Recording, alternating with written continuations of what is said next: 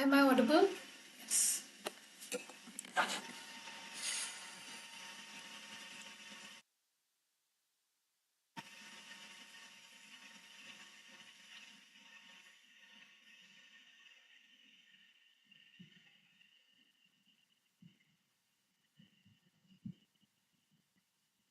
So in today's session, we are going to cover the most nerve-wracking, considered to be the most difficult kind of questions that comes in the reading section, and that is your true, false, and not given.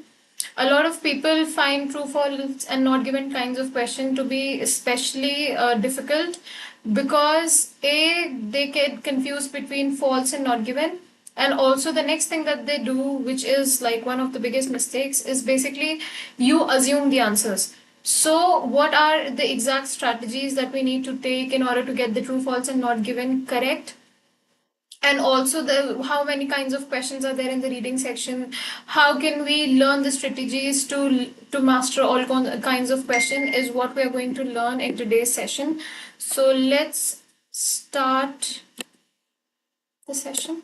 Okay, so when we talk about the reading component, it is imperative for you to understand what is the overview of the reading section.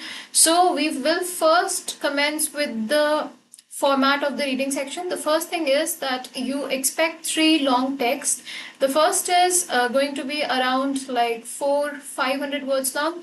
The next one would be almost like 600 to 700 words long, and the last one would be up to 1,000 words long. So in terms of the length, these passages, they increase as you go from one part to the other, and in terms of difficulty as well, the level of difficulty, it is bound to increase as you move from one paragraph or one passage to the other.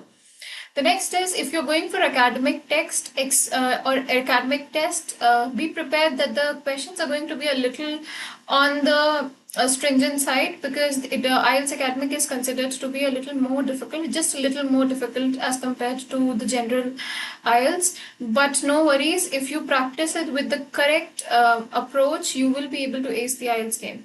Now, coming to the question types, you can expect a diversity of questions because they're going to test you on varied skills like skimming, scanning, identifying details, being able to complete certain topics, being able to write the correct answers is true, false, and not given, being able to comprehend the writer's opinion, and also if you are able to complete summaries or not.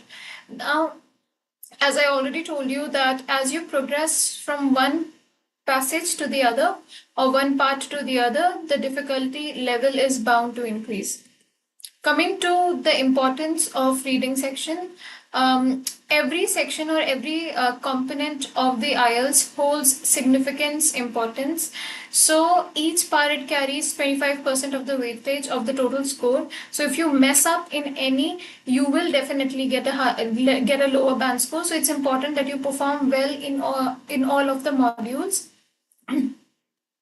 Coming to some additional points, you know that it is important for you to be able to learn how to manage time, because I've seen a lot of students, they would take their own sweet 30 minutes for the first passage. Now the issue is that you are left with only 30 minutes and you have to complete the next 2 passages. So it's very important that you learn the skill of time management. And also, if you ask me, do not give more than 20 minutes for each passage. In this way, you will be able to cover all 3 passages, and you will also be able to get some time to read and proofread your answers. The next one is understanding question types before helps target answers. It's almost like a gainsaid. It is gainsaid that there are going to be different kinds of questions, so you need to know exactly what you need to do. That's the reason why you have to really understand the question before you start attempting it. The next one is active reading. Well, it's enormously important that you know the strategies to be able to wriggle around the answers, to be able to find and locate the answers. So there are some strategies like skimming, scanning, highlighting. It will help you to improve or get better at understanding the text. So these kinds of strategies are something that you need to know in order to be able to find out the answers, locate the answers, to be able to get an overall, like a bird's eye perspective of what is the passage. So all of these skills, they will help you in attaining just that. The next is familiarity with different types of text. It definitely builds confidence and it helps you become more flexible, because over time, if you've practiced, let's say 4 to 5 mock tests, you would know every question and you would even be able to figure out the strategies that you need to employ while finding out the answers for a particular question. The next is, let's understand the reading component. When we talk about the academic IELTS, you will have, as I told you, that you will have three passage. They will increase in terms of size, that is that the word count, and also in terms of the difficulty. And in the you will have around 40 questions. You need to give an answer for all those 40 questions within 60 minutes. So again, it's imperative that you learn the skill of time management, because there are 40 questions and you have to be able to complete everything in order to score 7 and above. Now, when we talk about the difference between academic and general reading section, there are only just two major differences if you go for academic or if you go for general IELTS. The first one comes in the reading section and the next one comes in the writing section. Writing section we will discuss some other day, but the difference between reading academic versus reading general is the passages are considered to be more dense in the academic IELTS, and they are more based on the academic knowledge. Of course, if you're going to go for academic, for general, they do not really want to learn or they don't really want to see your skills, how proficient you are in reading different kinds of text. What they want to see is if you will be able to understand basic instruction. So in terms of difficulty and also in terms of the pattern, both the IELTS differ, and that's the only difference. But in both the IELTS, you have 40 questions. You need to solve everything in 60 minutes. So on the basis of the structure, it is very much similar, but on the basis of what comes in those structure, that is the text, the material, the test differs. Now, when we talk about the content, academic IELTS, it focuses more on topics that are related to study, for example, history, technology, social sciences. And when we talk about general training, it more or less follows everyday topics related to work, travel, health, leisure, instruction. So this is in terms of just the material. Both of the IELTS, they differ, and also in terms of the question types, the way the passage is structured. That's the only difference. But other than that, there's no difference. Now, when we talk about difficulty level, I think we have already covered this one, that academic IELTS is considered to be more complex, more dense, more intricate. It requires more minute learning, searching. So it is definitely considered to be a tad bit difficult, but general training is not as difficult as the academic training, as I told you, because if somebody wants to go for academic, it is invariable that they want to go for higher studies, and definitely you will have to research more. So they just want to see your reading comprehension skills. Coming to tailoring strategies, while you know that the crux of the whole strategy is that you need to able to build background knowledge. The next is you need to practice both the skills, which is skimming and scanning. Try to master more complex question types, like you should be able to master how to do sentence heading, how to do true, false, and not given, because these are the questions that are considered to be a little difficult. However, they are not if you just understand how to attempt those questions. When you talk about general training, you need to develop reading skills. You need to be able to develop the skills to understand the central ideas. And of course, you have to pay attention to the details. But the thing is that if you are going to practice more and if you're going to practice with the right skill, it is going to be a cakewalk for you after some trainings, of course. Now, when we talk about some strategies for effective reading, there are two main strategies. The first one is skimming. The next one is scanning. Skim basically means to get a rough read through. When you want to just get an idea about the text, what are you reading, without really focusing into the minute details, you do skimming method. When we talk about scanning, scanning is basically locating for a specific word from the passage, and then you will be able to scan easily if you highlight the words that you know will be there in the question as well as in the passage as well. So again, goes without saying that while reading, if you come across any nouns, keep on highlighting it. So once you're done with the skimming method, you can come back and use the scanning method to find out the answers. Coming to the next one, it is imperative for you to be able to understand the central idea. Central idea, the thesis, the topic sentence, or the main idea, these are all synonymously used. Basically, you need to understand what is there in the passage at a glance, what is there in total in the passage. There are again certain skills that you should be able to catch the words like however, therefore, finally, because it shows what is the text going to be about. So that's again very important so that you are able to find out the central idea. Now, coming to identifying details, of course, every question will have a central detail, and it's your skill to be able to find it. It is important that you can manage to find where is this information being taken from. The next is look for synonyms and paraphrases of keywords in the text. When I say look for synonyms and paraphrases, again, you know that the entire reading section is paraphrased, but there are certain things that cannot be paraphrased. For example, names, numbers, factual data. So you should be able to look for all of this because then you can use it as a reference to find out the answer. The next one is look for implied meanings and draw logical conclusions. Although most of the times you will be able to find direct links for the answer, but sometimes you will be able to understand what is the question asking and what is there in the passage. You may not get the verbatim word for it, but then in that case you will be required to be able to draw you will be required to be able to draw an understanding of what is the question trying to insinuate, where from where the text from where in the text has the question been taken from. So this is again this is some kind of skill that you will be able to hone after you do some test or after you prepare well. The next one is time management tips. When we talk about the time management tips, I think I already told you that all of the tests, it is time bounded. So you don't really have your sweet time to complete it whenever you want. You have an allocated time, and within those time frame, you have to complete the test. And also remember that the difficulty will keep on increasing as you move from one passage to the other. So the next thing that you need to do in order to be able to manage your time is read strategically. When we talk about strategical reading, it means that there are certain skills that you employ.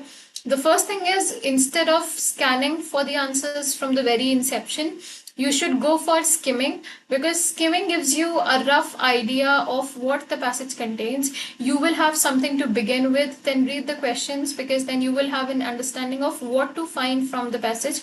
I've seen a lot of students, they just keep on reading the passage again and again, but you don't realize that until and unless you make yourself familiar with what needs to be done, no matter if you read it umpteenth number of time, it will not really make any sense because you don't know what you're looking for. So always read the questions first, highlight the keywords that there are in questions, trying to give it a rough read in the passage, and if you come across those words, highlight it so that you know you can draw similarities now.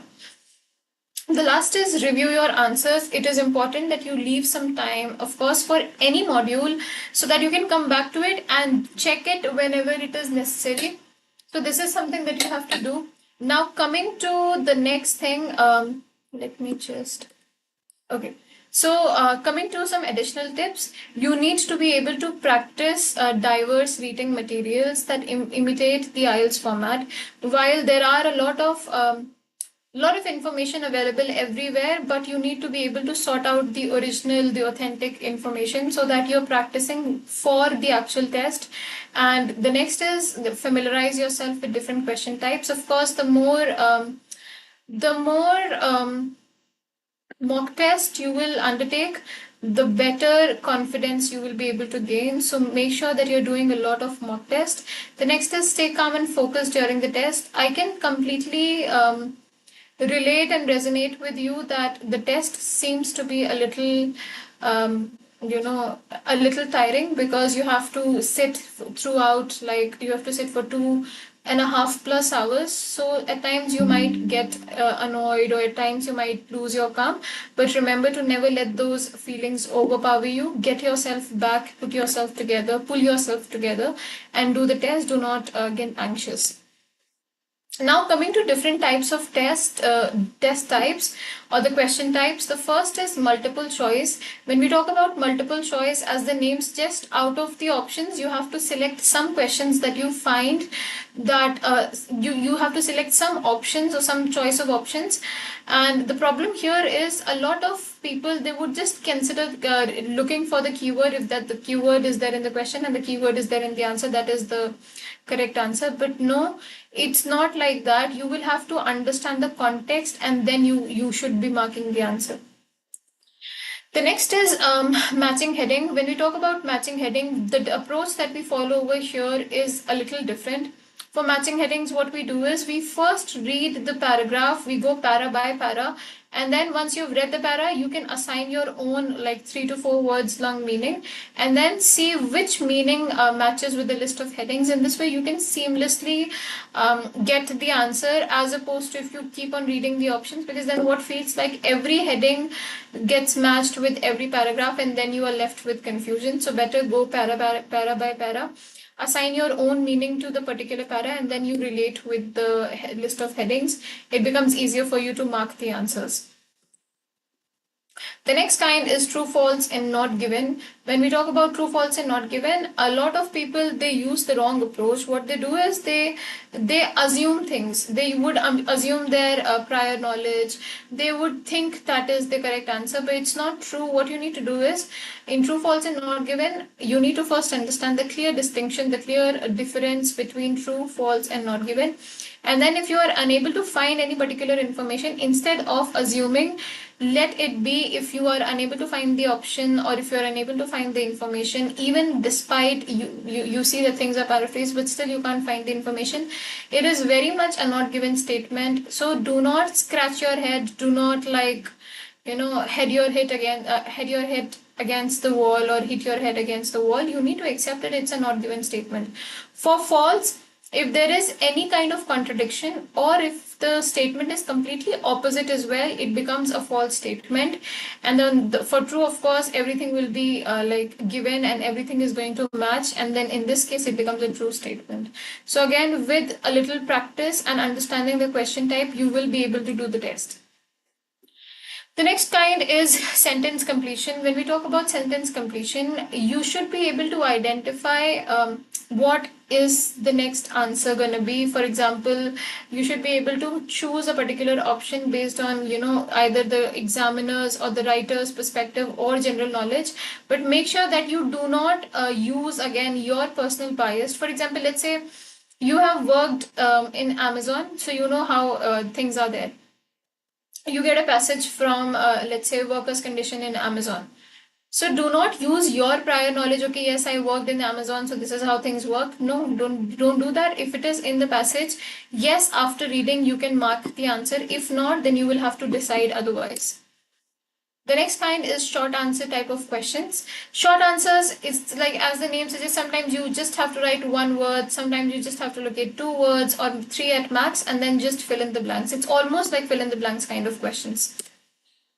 So these are the most prominently, used questions of the IELTS. These are the different types. So you need to be familiar with all of these questions. Apart from that, you should continuously give mock tests, because it gives you your strengths and weaknesses at a glance. Coming to the next one, vocabulary building. Of course, IELTS is all about the kind of vocabulary that you use, the kind of confidence you exude. So it is important that you make sure that you have good vocabulary. You should be able to focus on the surrounding words. You should be able to analyze the sentence structure. You should be able to, answer. You should be able to locate the answer despite the synonyms and antonyms. So these are certain ways in which you can definitely build your vocabulary.